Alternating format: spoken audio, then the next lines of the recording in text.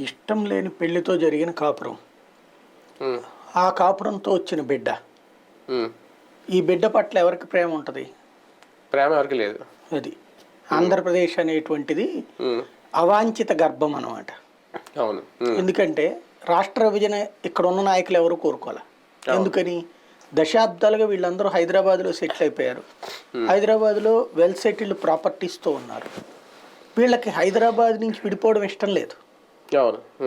అక్కడ ఆల్రెడీ ఇష్టం లేని అమ్మాయిని 60 ఏళ్ల క్రితం పెళ్లి చేసేసారు.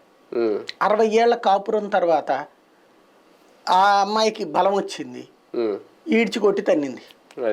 తన్నేటప్పటికి ఇక్కడికి వచ్చి పడ్డారు.